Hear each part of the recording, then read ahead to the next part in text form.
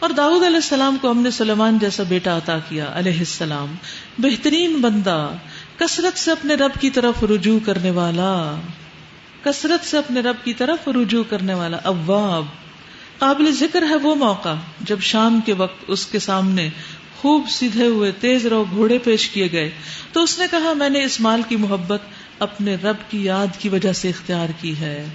یعنی ویسے تو مال انسان کو رب سے دور کر دیتا ہے، عام طور پر جس کے پاس جتنا مال ہوتا ہے پھر وہ اس کے بکھیڑوں میں اتنا پڑ جاتا ہے کہ نماز روزے کا وقت نہیں رہتا یا رب سے دور ہو جاتا ہے، کیونکہ دنیا کی نعمتیں اس کے لیے زیادہ میسر ہو جاتی ہیں۔ لیکن یہاں پیغمبر کا معاملہ الٹ ہے، انہوں نے مال کی محبت رب کی یاد کے لیے اختیار کی۔ کیا کہ یہ گھوڑے جو انہوں نے فی سبیل اللہ کے لیے تیار کیے ہوئے تھے وہ انہیں دیکھتے تھے تو ان کے دل میں اللہ کی محبت اور پیدا ہوتی تھی۔ یہ بالکل ایسے ہی جن لوگوں کو کتاب سے محبت ہے، قرآن سے، تو قرآن کو دیکھتے جاتے ہیں، پڑھتے جاتے ہیں، سنتے جاتے ہیں تو ان کی محبت اور بڑھتی چلی جاتی ہے۔ تو اسی طرح گھوڑے اگرچہ دنیا کا مال ہے لیکن اگر دین کے راستے میں استعمال کیے جائیں تو فائدہ ہی فائدہ ہے، ایمان میں اضافے کا ذریعہ، اللہ کی محبت میں اضافے کا ذریعہ ہے۔ آپ بھی دیکھیے، غور کیجیے کہ کس چیز سے آپ کی محبت اللہ کے ساتھ بڑھتی ہے، یعنی وہ کون سی چیز ہے، وہ کون سا ٹریگر ہے آپ کا، وہ کون سا کام ہے، کیا نوافل پڑھ کے یا روزہ رکھ کے یا تلاوت کر کے یا سن کے یا پڑھ کے یا پڑھا کے یا لوگوں کی خدمت کر کے، یعنی کون سی چیز ہے کہ جس سے آپ کے دل میں اللہ کی محبت زیادہ ہوتی، بس اس کی ڈوز بڑھا دیجیے، وہ کام زیادہ کرنا شروع کر دیجیے تاکہ اللہ کی محبت ہر چیز کو اوور پاور کر جائے۔ یہاں تک کہ جب وہ گھوڑے نگاہ سے اوجھل ہو گئے تو اس نے حکم دیا انہیں میرے پاس واپس لاؤ۔ پھر لگا ان کی پنڈلیوں اور گردنوں پہ ہاتھ پھیرنے سے پیار کر رہے تھے اور ان گھوڑوں کی گردنوں اور بالوں پر ہاتھ پھیر رہے تھے۔ اور دیکھو کہ سلیمان کو بھی ہم نے آزما لیا اور اس کی کرسی پر ایک جسد لا کر ڈال دیا۔ پھر اس نے رجوع کر لیا اور کہا اے میرے رب مجھے معاف کر دے۔ اللہ اکبر۔ اس چیز سے بہت ڈر لگتا ہے نا کہ پتہ نہیں کس وقت اللہ تعالیٰ کس چیز کے ذریعے ہمیں آزما لیں اور کہیں ایسا نہ ہو کہ ہم آزمائش میں فیل ہو جائیں۔ اور خاص طور پر آخری زندگی، مرنے سے پہلے یاد رکھیے جنت میں جانے کے لیے سب کا ٹیسٹ ہو رہا ہے، سب کا امتحان ہو رہا ہے۔ ایک بندہ ساری زندگی اچھے کام کرتا ہے اور آخر میں عین جا کر اس کے اوپر کوئی ٹیسٹ آتا ہے اور وہ اس کو فیل کر جاتا ہے۔ تو انجام تو آخری عمل کے ساتھ ہے کہ آخری عمل کیسا تھا اس کا۔ تو ان امتحانوں کو سمجھا کیجئے کہ کون سی چیز آپ کے لیے امتحان بن جاتی ہے۔ پتہ ہے کون سی چیز؟ جو ہمیں اللہ کی یاد بھلا دیتی ہے یا اللہ سے زیادہ ہمارے دل میں اپنی چاہت ڈال دیتی ہے، یہی ہمارا امتحان ہوتا ہے۔ تو پوری کوشش کر کے اس کو دل سے نکالنا چاہیے اور اللہ کی یاد کو اور اللہ کی محبت کو ہر چیز سے زیادہ ہونا چاہیے۔ اس نے کہا رب مجھے معاف کر دے اور مجھے وہ بادشاہت دے جو میرے بعد کسی کے لیے سزاوار نہ ہو، بے شک تو ہی اصل دینے والا ہے، وہاب ہے۔ تب ہم نے اس کے لیے ہوا کو مسخر کر دیا جو اس کے حکم سے نرمی کے ساتھ چلتی تھی جدھر وہ چاہتا تھا، جدھر وہ چاہتا تھا۔ سبحان اللہ۔ جب انسان امتحانوں میں کامیاب ہوتا ہے تو اللہ تعالیٰ کیسے کیسے راستے کھولتا ہے، کیسے کیسے دنیا میں بھی نعمتیں عطا کرتا ہے۔ اور شیاطین کو مسخر کر دیا، ہر طرح کے معمار اور غوطہ خور اور دوسرے جو پابند سلاسل تھے۔ ہم نے اس سے کہا یہ ہماری بخشش ہے، تجھے اختیار ہے، جسے چاہے دے اور جس سے چاہے روک لے، کوئی حساب نہیں۔ سبحان اللہ، کوئی حساب نہیں۔ یقیناً اس کے لیے ہمارے ہاں تقرب کا ایک مقام ہے اور بہتر انجام ہے۔ وَإِنَّ لَهُ عِندَنَا لَزُلْفَىٰ وَحُسْنَ مَآبٍ۔ پیغمبروں کے جو واقعات ہیں ان میں بھی بڑا غور و فکر کرنے کی ضرورت ہے کہ ان کی زندگیاں، ان کی شخصیتیں، ان کی پرسنالٹیز کیسی تھی، اللہ تعالیٰ نے کن خصوصیات کی وجہ سے ان کو چنا اور پھر کس طرح ان سے کام لیا اور کس طرح ان سے راضی ہو گیا اور کس طرح ان کے لیے دنیا میں بھی معجزات کر دی۔ ایک ایک پیغمبر کے ساتھ کوئی نہ کوئی معجزہ لگا ہوا ہے جو ان یوزول چیزیں، یہ ان کے شدید اخلاص کی وجہ سے۔ آج ہم وہ اخلاص کیسے پیدا کریں، یہ سوچنے کی بات ہے۔ ہمارے اندر وہ ذوق اور شوق اللہ کی محبت اور عبادت کا کیسے ہو اور ہمارے اندر نیکی کے جذبے کیسے آئیں۔ وَاذْكُرْ عَبْدَنَا أَيُّوبَ، اور ہمارے بندے ایوب کا ذکر کرو علیہ السلام۔ اذ نادى ربه، جب اس نے اپنے رب کو پکارا کہ شیطان نے مجھے سخت تکلیف اور عذاب میں ڈال دیا ہے، یعنی طرح طرح کے، یعنی یہ نہیں کہ بیماری میں ڈال دیا، شیطان بیمار نہیں کر سکتا کسی کو، لیکن جب کوئی بیمار ہو جائے تو وسوسے بہت ڈالتا ہے دل میں اللہ تعالیٰ کے خلاف اور ادھر ادھر. اور پھر خاص طور پر جب ان کا سارا مال و دولت بھی ضائع ہو گیا اور ان کے رشتہ دار بھی ان کو چھوڑ کے چلے گئے, تو اس وقت ان کے دل میں طرح طرح کی پریشانیاں آتی تھیں. اور 18 سال تک وہ بیمار رہے. ہم نے اسے حکم دیا اپنا پاؤں زمین پر مار, یہ ہے ٹھنڈا پانی نہانے کے لیے پینے کے لیے, بس یہی شفا ہے, پانی سے شفا. ہم نے اسے اس کے اہل و عیال واپس دیے اور ان کے ساتھ اتنے ہی اور اپنی طرف سے رحمت کے طور پر اور عقل اور فکر رکھنے والوں کے لیے درس کے طور پر, کہ کس طرح اللہ تعالیٰ امتحان میں کامیاب ہونے کے بعد نعمتیں پہلے سے بھی زیادہ کر دیتا ہے. اور ہم نے اس سے کہا تنکوں کا ایک مٹھا لے اور اس سے مار دے, اپنی قسم نہ توڑ. کہتے ہیں کہ بیماری کے زمانے میں انہوں نے قسم کھا لی تھی کسی بات پہ ناراض ہو کر بیوی سے کہ میں تجھے صحت مند ہو گیا تو 100 کوڑے ماروں گا. تو اب وہ پریشان تھے, مارنا نہیں چاہتے تھے, تو اس کا حل یہ نکالا گیا. اور نہیں مارتے تھے تو قسم کیسے پوری کرتے؟ حکم دیا کہ ایک جھاڑو لو, اس کے اندر 100 تنکے ہو اور ایک دفعہ وہ لگا دو تو تمہاری قسم پوری ہو جائے گی. فَاضْرِب بِهِ وَلَا تَحْنَثْ, مار لو اور قسم نہیں توڑو, قسمیں نہیں توڑنی چاہیے. اِنَّا وَجَدْنَاهُ صَابِرًا نِعْمَ الْعَبْدُ إِنَّهُ أَوَّابٌ, ہم نے اسے صابر پایا, بہترین بندہ, اپنے رب کی طرف بہت رجوع کرنے والا, انتہائی صابر. رسول اللہ صلی اللہ علیہ وسلم نے فرمایا اللہ کے نبی ایوب علیہ السلام 18 برس تک بیمار رہے. 18 ایئرز, بچہ جوان ہو جاتا ہے جب. قریبی اور دور کے لوگوں نے سب نے ان کو چھوڑ دیا. یہ بھی ایک آزمائش ہوتی ہے نا کہ جب انسان بیمار ہوتا ہے, تکلیف ہوتی, بڑھاپا ہوتا ہے, تو آہستہ آہستہ آہستہ سارے دوست چھٹ جاتے ہیں. سب سے زیادہ دوست کس عمر میں ہوتے ہیں انسان کے؟ جوانی میں, کیونکہ وہ نبھا سکتا ہے. جب اس کو اپنی پڑ جاتی ہے تو پھر دوست بھی کم ہونے لگتے ہیں, سوشل سرکل محدود ہونے لگتا ہے, اور یہ زندگی کی بڑی تلخ حقیقت ہے. تو بہرحال قریب اور دور کے لوگوں نے ان کو چھوڑ دیا کیونکہ بیماری بہت ہی تکلیف دہ تھی. پورا جسم ایک پھوڑا بن چکا تھا, کیڑے پڑ چکے تھے اس میں. تو اللہ سبحانہ وتعالیٰ نے ان کو وحی کی ارکض برجلک ھذا مغتسل بارد وشراب, جس سے اللہ تعالیٰ نے ان کی ساری بیماریاں دور کر دی اور وہ پہلے سے زیادہ حسین ہو گئے. ان کے 2 کھلیان تھے, ایک گندم کا تھا اور ایک جو کا تھا. تو اللہ سبحانہ وتعالیٰ نے 2 بادل بھیجے, ایک بادل گندم کے کھلیان پہ برسا سونا لے کر, اور دوسرا جو کے کھلیان پر چاندی لے کر, اور دونوں کو بھر دیا سونے اور چاندی سے. تو یہ اسی چیز کی طرف یہاں اشارہ ہے کہ ہم نے اس کو اور زیادہ عطا کیا. لیکن اصل چیز جو ان کی دولت تھی وہ کیا تھی؟ ان کا صبر, ان کی عبادت, ان کی اطاعت, ان کا تحمل. ان سارے واقعات سے ایک خاص کامن بات سمجھ میں آ رہی ہے, اور وہ یہ ہے کہ اگر انسان تکلیف پر صبر کرتا ہے, حرام رستوں کی طرف نہیں جاتا, تو اللہ سبحانہ وتعالیٰ دنیا میں اس کو اس کی تکلیفوں کا نعم البدل عطا کر دیتا ہے. یعنی مثلاً آپ کا کام کاروبار اچھا نہیں, جاب اچھی نہیں, لیکن آپ پھر بھی کوئی غلط کام نہیں اس میں کرتے, رشوت نہیں لیتے, جھوٹ نہیں بولتے, اپنی ڈیوٹی پوری کرتے ہیں, اور آپ کرتے چلے جاتے ہیں. پھر ایک وقت آتا ہے کہ اللہ سبحانہ وتعالیٰ آپ کے سامنے اتنی بڑی اپرچونٹی لے آتا ہے کہ پچھلے سارے مسائل حل ہو جاتے ہیں, اور آپ کو نہیں پتا یہ کیوں ہوا, لیکن وہ آپ کی دیانت, امانت, صداقت کی وجہ سے اللہ نے آپ کے لیے خیر اور بھلائی کے راستے کھول دیے, کیونکہ یہی سبق ہے جو ہمیں ہر واقعے سے مل رہا ہے. اسی طرح انسان کو کوئی بیماری لاحق ہو جاتی ہے, کوئی بھی سچویشن آ جاتی ہے جس میں اس کے پاس ایک طرف حلال ہے اور ایک طرف حرام, تو اب حلال ابھی ہے نہیں, مہیا نہیں, میسر نہیں, صرف حرام ہے, اور وہ حرام سے بچتا رہتا ہے, بچتا رہتا ہے, بچتا رہتا ہے, تکلیف اٹھا اٹھا کے بچتا رہتا ہے, حتیٰ کہ حلال سامنے آ جائے. تو اللہ سبحانہ وتعالیٰ اس کو حلال کی بھی کثرت عطا کر دیتے ہیں. پھر تو یاد رکھیے جب بھی کبھی امتحان ہو اس میں جلد بازی نہیں کیجیے, اور فوراً ہی ہار مان کے حرام رستے اختیار نہ کر لیجیے. وہ کہتے ہیں نا, دیر آیت درست آیت, دیر سے آتا ہے لیکن ٹھیک ہوتا ہے. تو جلدی آنے والے شر کو چھوڑ دیجیے اور دیر سے آنے والے خیر کو لے لیجیے, اس کا انتظار رکھیے اور یقین رکھیے کہ اللہ دنیا میں بھی دے گا. ربنا آتنا فی الدنیا حسنۃ وفی الآخرۃ حسنۃ وقنا عذاب النار.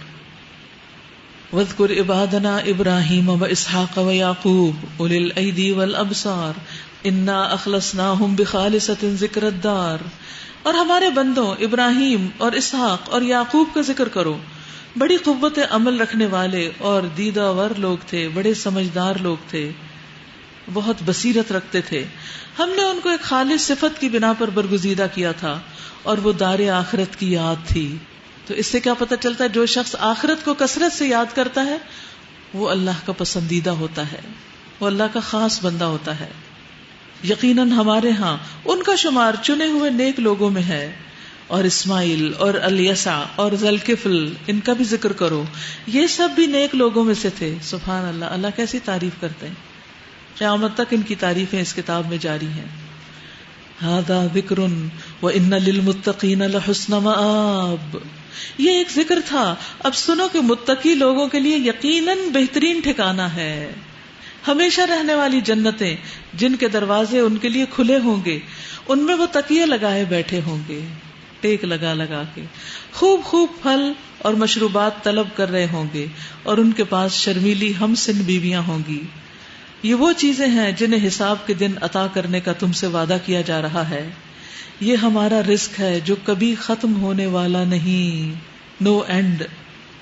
ان ھذا لرزقنا ما له من نفاد، یہ تو ہے متقیوں کا انجام.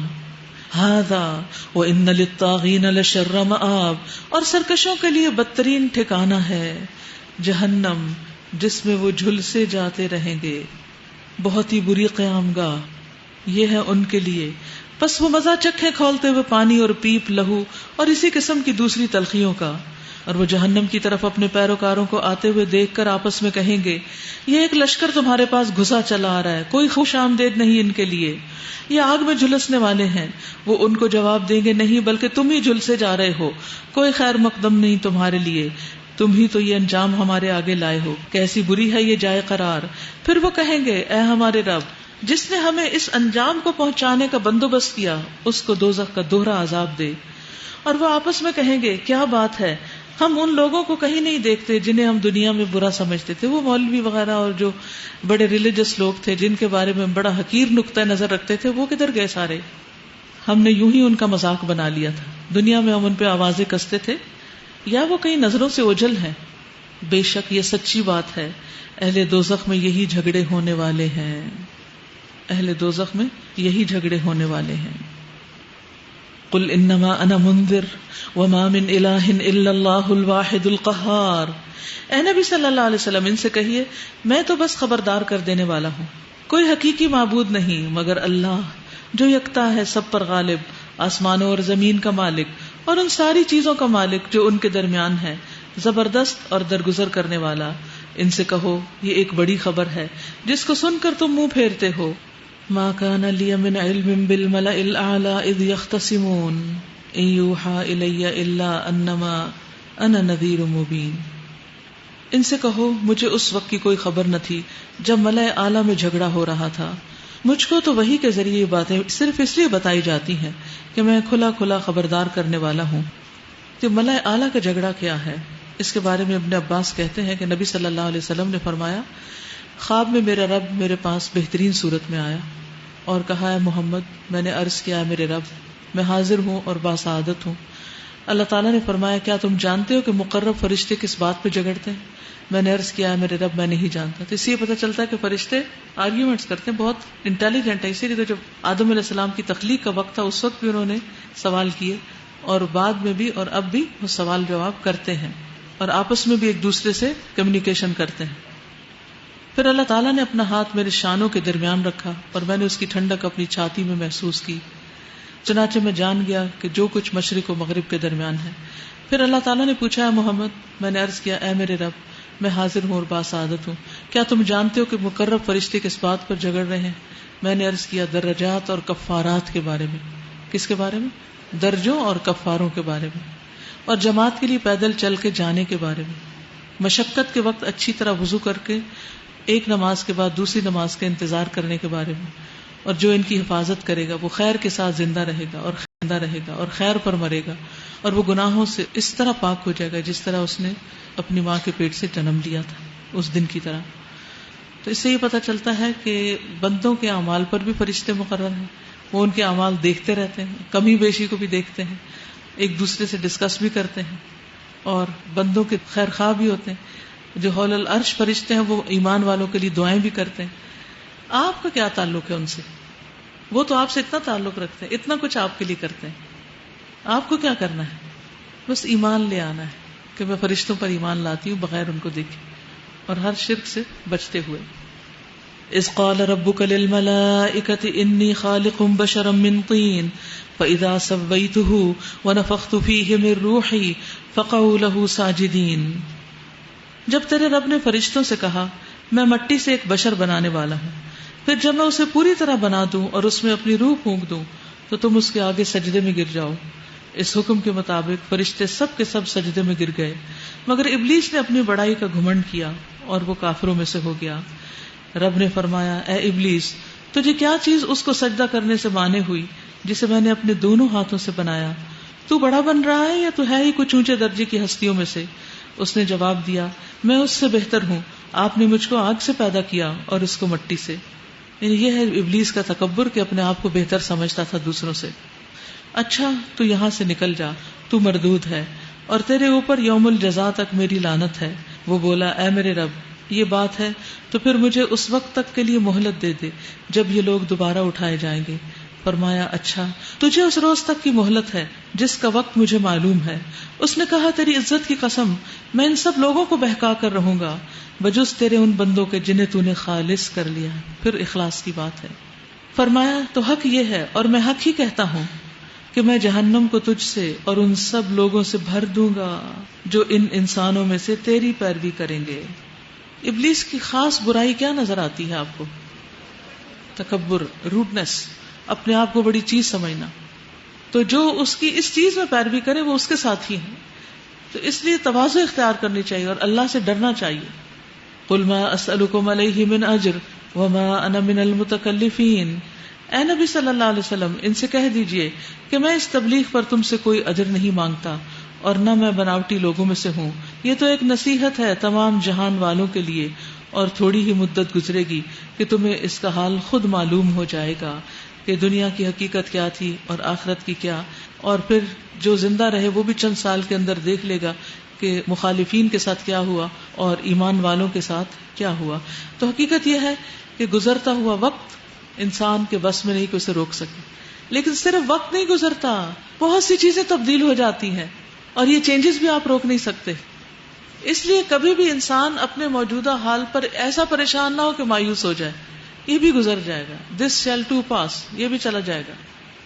کبھی آپ نے دیکھا جو پہیا گھومتا ہے نا جب، تو اس کے ساتھ بعض اوقات کیا لگ جاتا ہے، چھوٹے چھوٹے تنکے وغیرہ لگ جاتے ہیں. تو پھر کیا ہوتا ہے، وہ تنکے ساتھ چپک کے چلے جاتے ہیں، پھر وہ جگہ بدلتی ہے. تو جس طرح پہیا بدلتا ہے اور جگہ تبدیل ہوتی ہے اور حالت تبدیل ہوتی ہے، ایسے ہی وقت کا پہیا بھی گھوم رہا ہے اور حالات تبدیل ہوتے جا رہے ہیں.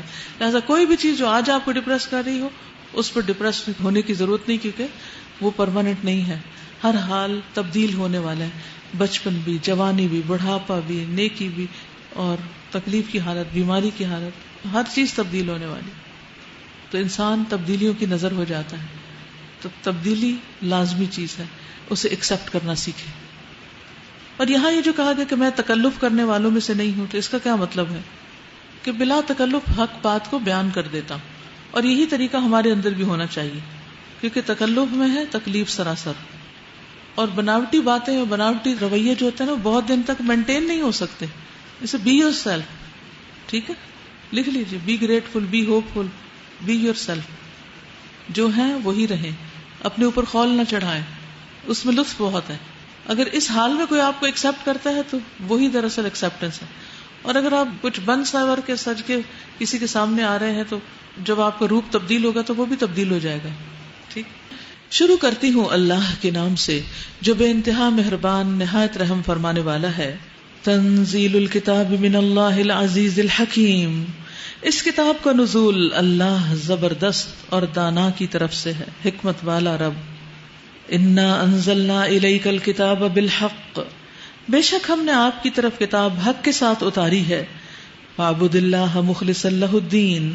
لہذا تم اللہ ہی کی بندگی کرو، دین کو اسی کے لیے خالص کرتے ہوئے، یعنی صرف ایک اللہ کی عبادت اور بغیر کسی شرک کے، بغیر کسی اور کی طرف متوجہ ہوئے.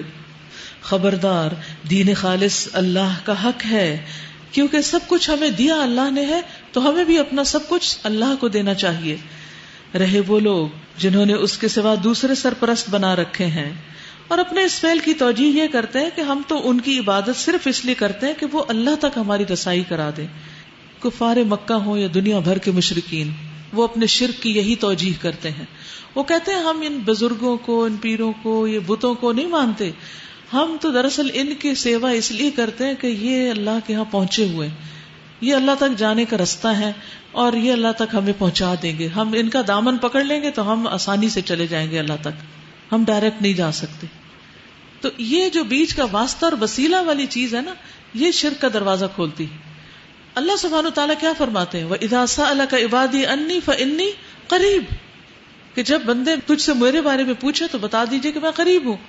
اجیب دعوت الداع اذا دعان، جب بندہ مجھے پکارتا ہے وہیں میں اس کی پکار سن لیتا ہوں. کسی واسطے کی ضرورت ہی نہیں. کہیں اللہ نے قرآن مجید میں فرمایا ہی نہیں کہ تم کوئی واسطے وسیلے ڈھونڈ کے لاؤ گے، ان کے ذریعے مجھ تک آؤ گے تو میں تمہاری بات سنوں گا، ورنہ نہیں. یہ سب لوگوں کی اپنی من گھڑت ہے. تو وہ بھی یہی کہتے تھے کہ وہ ہماری بزرگ ہستیاں ہیں، ہماری دعائیں التجائیں اللہ تک پہنچا دیتی ہیں. اللہ یقیناً ان کے درمیان ان تمام باتوں کا فیصلہ کر دے گا جن میں وہ اختلاف کر رہے ہیں. اللہ کسی ایسے شخص کو ہدایت نہیں دیتا جو جھوٹا اور منکر حق ہو. اگر اللہ کسی کو بیٹا بنانا چاہتا تو اپنی مخلوق میں سے جس کو چاہتا برگزیدہ کر لیتا. پاک ہے وہ اس سے کہ اس کا کوئی بیٹا ہو.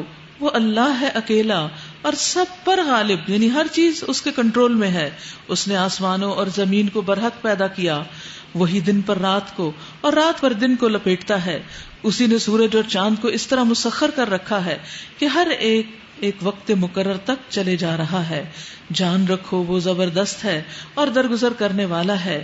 اسی نے تم کو ایک جان سے پیدا کیا، پھر وہی ہے جس نے اس جان سے اس کا ایک جوڑا بنایا. اور اسی نے تمہارے لیے مویشیوں میں سے 8 نر اور مادہ پیدا کیے.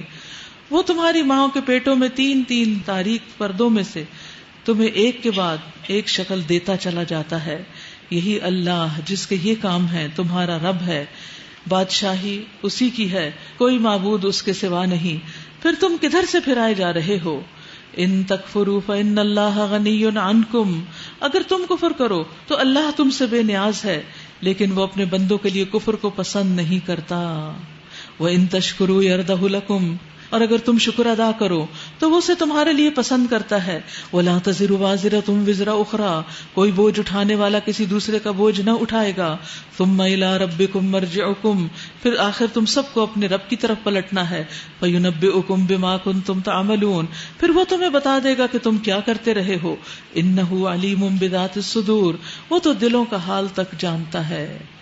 تو یہاں بھی اللہ سبحانہ وتعالیٰ ہمیں صاف بتا رہے ہیں کہ تمہاری ناشکری اللہ کو پسند نہیں. اور ناشکری کیا ہے کہ اللہ سبحانہ وتعالیٰ بندے کو ساری نعمتیں دے اور بندہ اسی رزق کو جا کر دوسروں کے نذرانے میں پیش کر دے. اللہ کو خوش کرنے کی بجائے اور ہستیوں کو خوش کرے، اللہ کی اطاعت کرنے کی بجائے اوروں کی بات مانگنے کے لیے بھاگا پھرے. یعنی نماز قضا کر کے اپنے اوپر کے باس کو خوش کرتا رہے، کسی طرح یہ خوش ہو جائے مجھ سے تاکہ مجھے دنیا زیادہ مل جائے. کیا یہ شکر گزاری ہے؟ نہیں. زندگی اللہ نے دی، علم حکمت اللہ نے دیا، اور اب صرف بندوں کو خوش کرنے کے پیچھے دوڑ رہے ہو. کوئی بوجھ اٹھانے والا کسی دوسرے کا بوجھ نہ اٹھائے گا. تو اصل بات یہ ہے کہ اللہ کا شکر ہر حال میں، ہر حال میں. شکر یہ نہیں ہوتا ابھی تو ٹھیک ہوں اور ابھی ذرا میں ٹھیک نہیں ہوں، اچھا نہیں. جس حال میں بھی ہو پہلے شکر ادا کیا کریں، اور اس کے بعد اگر اپنی کوئی تکلیف کسی کو بتا کے کوئی مدد حاصل کرنی ہے تو وہ کر لیا کریں. نبی صلی اللہ علیہ وسلم نے ایک آدمی سے کہا، اے فلاں تم نے کس حال میں صبح کی؟ کیف اصبحت؟ اس نے کہا، اے اللہ کے رسول صلی اللہ علیہ وسلم، میں آپ کے سامنے اللہ کا شکر ادا کرتا ہوں. رسول اللہ صلی اللہ علیہ وسلم نے فرمایا، میں تجھ سے یہی چاہتا تھا کہ تم یہی کہو کہ اللہ کا شکر ہے، الحمدللہ. اور جب بندہ الحمدللہ کہتا ہے تو اللہ تعالیٰ فرماتے ہیں، میرے بندے کے لیے میری بہت ساری رحمت لکھ دو. اگر ہم رحمت چاہتے ہیں تو کیا کریں؟ الحمدللہ الحمدللہ کہیں، تو وہ تکلیف خود ہی دور ہو جائے گی. واویلا کرنے سے، شور مچانے سے، ہنگامہ کرنے سے، بے چین اور پریشان ہونے سے تکلیف دور نہیں ہوا کرتی. وَإِذَا مَسَّ الْإِنسَانَ ضُرٌّ دَعَا رَبَّهُ مُنِيبًا إِلَيْهِ ثُمَّ إِذَا خَوَّلَهُ نِعْمَةً مِّنْهُ نَسِيَ مَا كَانَ يَدْعُو إِلَيْهِ. انسان پر جب کوئی آفت آتی تو وہ اپنے رب کی طرف رجوع کر کے اسے پکارتا ہے. پھر جب اس کا رب اسے اپنی نعمت سے نوازتا ہے تو وہ اس مصیبت کو بھول جاتا ہے جس پر وہ پہلے پکار رہا تھا، اور دوسروں کو اللہ کا ہمسر ٹھہراتا ہے تاکہ اس کی راہ سے گمراہ کر دے. اے نبی صلی اللہ علیہ وسلم مجھ سے کہو کہ تھوڑے دن اپنے کفر سے لطف اٹھا لو، یقیناً تو دوزخ میں جانے والا ہے۔ یہاں شکر کے مقابلے میں جو رویہ ہے اس کو کفر کہا گیا ہے۔ کیا اس شخص کی روش بہتر ہے یا اس شخص کی جو مطیع فرمان ہے، رات کی گھڑیوں میں کھڑا رہتا ہے، سجدے کرتا ہے، آخرت سے ڈرتا ہے اور اپنے رب کی رحمت سے امید لگاتا ہے؟ ان سے پوچھو کیا جاننے والے اور نہ جاننے والے دونوں کبھی یکساں ہو سکتے ہیں؟ نصیحت تو عقل رکھنے والے ہی قبول کرتے ہیں۔ اے نبی صلی اللہ علیہ وسلم ان سے کہیے، اے میرے بندو جو ایمان لائے ہو، اپنے رب سے ڈرو۔ قُلْ يَا عِبَادِ الَّذِينَ آمَنُوا اتَّقُوا رَبَّكُمْ لِلَّذِينَ أَحْسَنُوا فِي هَذِهِ الدُّنْيَا حَسَنَةٌ۔ پھر وہی بات آ گئی نا جس پورے پارے میں تھیم چل رہی ہے، جن لوگوں نے اچھا کیا ان کے لیے اس دنیا میں بھی اچھا ہے، اس دنیا میں بھی بھلائی ہے۔ وَأَرْضُ اللَّهِ وَاسِعَةٌ، اور اللہ کی زمین بہت وسیع ہے۔ إِنَّمَا يُوَفَّى الصَّابِرُونَ أَجْرَهُمْ بِغَيْرِ حِسَابٍ، اور صبر کرنے والوں کو تو ان کا اجر بے حساب دیا جائے گا۔ اور یہاں یہ بھی پتہ چلتا ہے کہ بندہ خوف کے ساتھ ساتھ اللہ تعالیٰ سے امید بھی رکھے، کیونکہ ایمان ان دونوں کیفیات کے درمیان کی چیز ہے۔ قُلْ إِنِّي أُمِرْتُ أَنْ أَعْبُدَ اللَّهَ مُخْلِصًا لَهُ الدِّينَ، اے نبی ان سے کہیے مجھے حکم دیا گیا ہے کہ دین کو اللہ کے لیے خالص کر کے اس کی بندگی کروں، اور مجھے حکم دیا گیا ہے کہ سب سے پہلے میں خود مسلم بنوں۔ اس سے کیا پتہ چلتا ہے کہ تبلیغ کرنے سے پہلے خود عمل کرنا ضروری ہے۔ کہو اگر میں اپنے رب کی نافرمانی کروں تو مجھے ایک بڑے دن کے عذاب کا خوف ہے۔ کہہ دو کہ میں تو اپنے دین کو اللہ کے لیے خالص کر کے اس کی بندگی کروں گا، تم اس کے سوا جس کی بندگی کرنا چاہو کرتے رہو۔ کہو اصل دیوالیے تو وہی ہیں جنہوں نے قیامت کے روز اپنے آپ کو اور اپنے اہل و عیال کو گھاٹے میں ڈال دیا۔ خوب سن رکھو، یہی کھلا دیوالیہ ہے۔ لہم من فوقہم ظلل من النار ومن تحتہم ظلل، ان پر آگ کی چھتریاں اوپر سے بھی چھائی ہوئی ہوں گی اور نیچے سے بھی۔ یہ وہ انجام ہے جس سے اللہ اپنے بندوں کو ڈراتا ہے۔ بس اے میرے بندو میرے غضب سے بچو، بخلاف اس کے جن لوگوں نے طاغوت کی بندگی سے اجتناب کیا اور اللہ کی طرف رجوع کر لیا، ان کے لیے خوشخبری ہے۔ بس اے نبی صلی اللہ علیہ وسلم بشارت دے دو میرے ان بندوں کو جو بات کو غور سے سنتے ہیں، الذین یستمعون القول فیتبعون احسنا، پھر اس کے عمدہ حصے کی پیروی کرتے ہیں۔ اولئک الذین ھداھم اللہ، ایسے لوگوں کو اللہ ہدایت دیتا ہے۔ واولئک ھم اولو الالباب، اور ایسے ہی لوگ دراصل عقل مند ہیں۔ ابو ہریرہ کہتے ہیں کہ رسول اللہ صلی اللہ علیہ وسلم نے فرمایا، کیا میں تمہیں یہ بات نہ بتاؤں کہ تم میں سب سے بہتر کون ہے؟ اب اپنے لیے سوچئے کہ کیا بتایا جائے گا، کیا میں وہ ہوں یا نہیں؟ صحابہ نے عرض کیا یا رسول اللہ، جی صلی اللہ علیہ وسلم۔ آپ نے فرمایا تم میں سب سے بہترین لوگ وہ ہیں جن کی عمریں طویل ہوں اور احسن طریقے سے عمل کرنے والے ہوں، جن کے عمل اچھے ہوں۔ الذین یستمعون القول فیتبعون احسنا افمن حق علیہ کلمۃ العذاب۔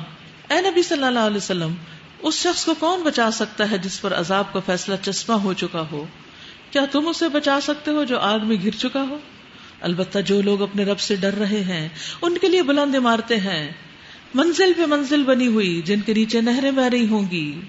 یہ اللہ کا وعدہ ہے، اللہ اپنے وعدے کی کبھی خلاف ورزی نہیں کرتا۔ تم اپنے اندر تقوی پیدا کر لو اور اللہ تعالیٰ تمہارے لیے بہترین دنیا اور آخرت میں انجام دے دے گا۔ کیا تم نہیں دیکھتے کہ اللہ نے آسمان سے پانی برسایا، پھر اس کو سوتوں اور چشموں اور دریاؤں کی شکل میں زمین کے اندر جاری کیا، پھر اس پانی کے ذریعے سے وہ طرح طرح کی کھیتیاں نکالتا ہے جن کی قسمیں مختلف ہیں، پھر وہ کھیتیاں پک کر سوکھ جاتی ہیں، پھر تم دیکھتے ہو کہ وہ زرد پڑ گئیں، پھر آخر کار اللہ ان کو بھس بنا دیتا ہے۔ در حقیقت اس میں ایک سبق ہے عقل رکھنے والوں کے لیے۔ اب کیا وہ شخص جس کا سینہ اللہ نے اسلام کے لیے کھول دیا اور وہ اپنے رب کی طرف سے ایک روشنی پہ چل رہا ہے، اس شخص کی طرح ہو سکتا ہے جس نے ان باتوں سے کوئی سبق نہ لیا ہو؟ تباہی ہے ان لوگوں کے لیے جن کے دل اللہ کی نصیحت سے اور زیادہ سخت ہو گئے، وہ کھلی گمراہی میں پڑے ہوئے ہیں۔ اللہ نے بہترین کلام اتارا ہے، ایک ایسی کتاب جس کے تمام اجزاء ہم رنگ ہے، یعنی اس میں کنٹراڈکشن نہیں، جس میں بار بار مضامین دہرائے گئے ہیں۔ اسے سن کر ان لوگوں کے رونگٹے کھڑے ہو جاتے ہیں جو اپنے رب سے ڈرتے ہیں، اور پھر ان کے جسم اور ان کے دل نرم ہو کر اللہ کے ذکر کی طرف راغب ہو جاتے ہیں، یعنی قرآن سن کے ان کے دل پگھل جاتے ہیں اور وہ پہلے سے اچھے بن جاتے ہیں۔ یہ اللہ کی ہدایت ہے جس سے وہ راہ راست پر لے آتا ہے جسے چاہتا ہے، اور جسے اللہ ہی ہدایت نہ دے اس کے لیے پھر کوئی ہادی نہیں۔ اب اس شخص کی بدحالی کا تم کیا اندازہ کر سکتے ہو جو قیامت کے روز عذاب کی سخت مار اپنے منہ پر لے گا۔ ایسے ظالموں سے تو کہہ دیا جائے گا اب چکھو مزہ اس کمائی کا جو تم کرتے رہے تھے. ان سے پہلے بھی بہت سے لوگ اسی طرح جھٹلا چکے ہیں. آخر ان پر عذاب ایسے رخ سے آیا جدھر ان کا خیال بھی نہ جا سکتا تھا. پھر اللہ نے ان کو دنیا کی زندگی میں ہی رسوائی کا مزہ چکھایا اور آخرت کا عذاب تو اس سے شدید تر ہے. کاش یہ جانتے ہوتے. وَلَقَدْ ضَرَبْنَا لِلنَّاسِ فِي هَذَا الْقُرْآنِ مِنْ كُلِّ مَثَلٍ لَعَلَّهُمْ يَتَذَكَّرُونَ. ہم نے اس قرآن میں لوگوں کو طرح طرح کی مثالیں دی ہیں کہ یہ ہوش میں آئیں. ایسا قرآن جو عربی زبان میں ہے, جس میں کوئی ٹیڑھ نہیں, یعنی کوئی ایسی بات نہیں جو کسی کی سمجھ میں نہ آئے, تاکہ یہ برے انجام سے بچیں. اللہ ایک مثال دیتا ہے. ایک شخص تو وہ ہے جس کی ملکیت میں بہت سے کج خلق آقا شریک ہیں جو اسے اپنی اپنی طرف کھینچتے ہیں. دوسرا شخص پورے کا پورا ایک ہی آقا کا غلام ہے. کیا ان دونوں کا حال یکساں ہو سکتا ہے؟ ہرگز نہیں. الحمدللہ بل اکثرہم لا یعلمون. الحمدللہ مگر اکثر لوگ نادانی میں پڑے ہوئے ہیں, جانتے ہی نہیں. اے نبی صلی اللہ علیہ وسلم, آپ کو بھی مرنا ہے اور ان لوگوں کو بھی مرنا ہے. پھر بالآخر قیامت کے روز تم سب اپنے رب کے حضور اپنا اپنا مقدمہ پیش کرو گے. ثم انکم یوم القیامت عند ربکم تختصمون. وآخر دعوانا ان الحمد للہ رب العالمین. سبحانک اللہم وبحمدک اشہد ان لا الہ الا انت استغفرک واتوب الیک. السلام علیکم ورحمۃ اللہ وبرکاتہ.